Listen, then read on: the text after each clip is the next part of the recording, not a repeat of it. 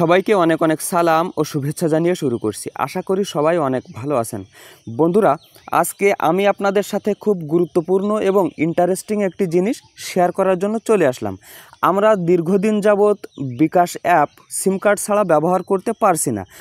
বিকাশ app সিম card ছাড়া ব্যবহার করার যতগুলো সিস্টেম ছিল, কোনো সিস্টেম কিন্তু কাজ করছে না। তাই আমি আপনাদের জন্য বিভিন্ন ওয়েবসাইট এবং ইউটিউব চ্যানেল ঘেঁটে একটি সিস্টেম বের করেছি। সেই সিস্টেমটি আমি আপনাদের সাথে শেয়ার করব।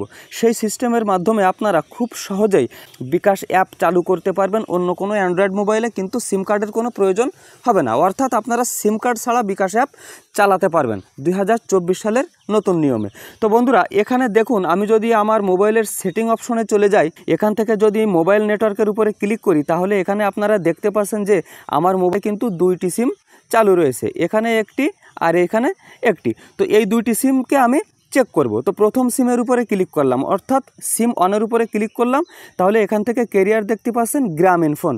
এবং আমরা যদি দ্বিতীয় নাম্বার সিমে চলে যাই, তাহলে এখান থেকে আপনারা দেখতে পাচ্ছেন এটির ক্যারিয়ার কিন্তু টেলিটক 3G, অর্থাৎ একটি আমার গ্রামীণ ফোন আর একটি হচ্ছে টেলিটক। আমার প্রথম সিম স্লটে ঢোকানো রয়েছে গ্রামীণ ফোন এবং দ্বিতীয় সিম স্লটে রয়েছে টেলিটক।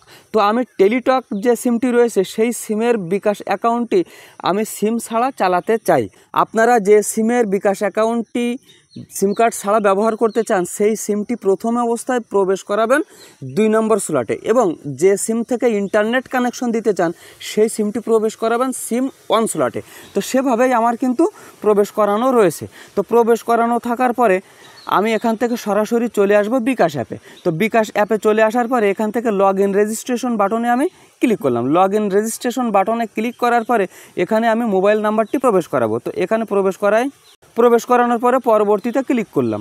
পরবর্তীতে ক্লিক করার সাথে সাথে এরকম একটি অপশন চলে আসবে। এখন খুব অল্প সময়ের মধ্যে আমার মোবাইলে একটি ওটিপি চলে আসবে। এই ওটিপিটি আমাকে অ্যালাউ করতে হবে, তাহলে কিন্তু আমি বিকাশ অ্যাপে প্রবেশ করব। তো দেখুন, আমাদের ওটিপিটি কিন্তু চলে এসেছে। তো এখান থেকে আমি অ্যালাউ বাটনে ক্লিক করলাম। এখন বিকাশ পিন নাম্বার দিন, এরকম একটা অপশন চলে আসে। আমাদেরকে বিকাশের পিন নাম্বার দিতে হবে। বিকাশের পিন নাম্বার প্রবেশ করানোর পরে পরবর্তীতে ক্লিক করি। এখান থেকে আবারও পরবর্তীতে ক্লিক করলাম। তো আবারও শুরু করুন বাটনে ক্লিক করলাম। করার পরে দেখুন যে আমাদের বিকাশ অ্যাপটি কিন্তু চালু হয়ে গেছে, তবে এটি সিম কার্ড সহ। তো এখন আমি দেখাবো যে কিভাবে সিম কার্ড ছাড়া আপনারা ব্যবহার করবেন। তো এখন কিন্তু আমাদের আসল কাজ করতে হবে। তো বন্ধুরা, আমি এখানে একটি কথা বলে রাখি যে আমি যে সিস্টেমটি দেখাচ্ছি সেই সিস্টেমটি কিন্তু আপনাদের ওই সমস্ত অ্যান্ড্রয়েড মোবাইলে কাজ করবে যে সমস্ত অ্যান্ড্রয়েড মোবাইলে সাইড থেকে সিম কার্ড খোলা যায়, অর্থাৎ সাইড ট্রে রয়েছে, সেই সমস্ত অ্যান্ড্রয়েড মোবাইলে কিন্তু কাজ করবে। তাই এই ভিডিওটি আপনাদের যাদের মোবাইলের সাইড ট্রে রয়েছে তাদের জন্য, আর যাদের মোবাইলে সাইড ট্রে নাই তাদের জন্য পরবর্তীতে ভিডিও আসতেছে, সেগুলি আপনারা খেয়াল করবেন। আর এই ভিডিওটিও দেখতে পারেন পরবর্তীতে ব্যবহার করার জন্য।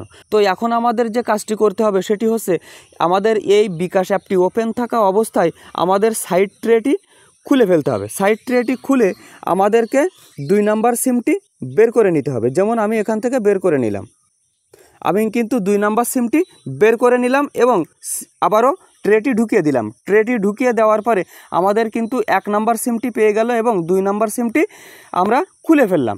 2 নম্বর সিমটি খুলে ফেলার পরে এখন কিন্তু এরকম একটি অপশন দেখাবে যে সিম কার্ড নিশ্চিত করুন, অনুগ্রহ করে নিশ্চিত করুন যে আপনার বিকাশ নিবন্ধিত সিম কার্ডটি ফোনে রয়েছে, এরকম একটি অপশন চলে আসবে। এরকম একটি অপশন চলে আসার পরে এখান থেকে আমাদেরকে কিছুই করতে হবে না, জাস্ট এখন আমরা ইন্টারনেট কানেকশন অফ করে দিব।